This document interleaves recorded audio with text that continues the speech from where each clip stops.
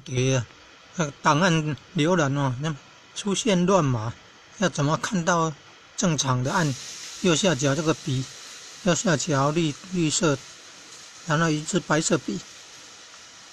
哦，你看这样就可以看到正常的，我们所要看的。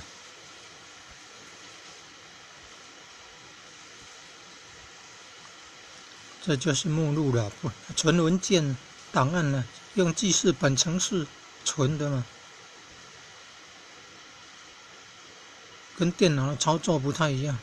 电脑的操作一点按就看到这个中文字，在云端硬碟的，竟然出现乱码，还要按那一支笔的图案右下角，有一支笔啊，编辑的图案。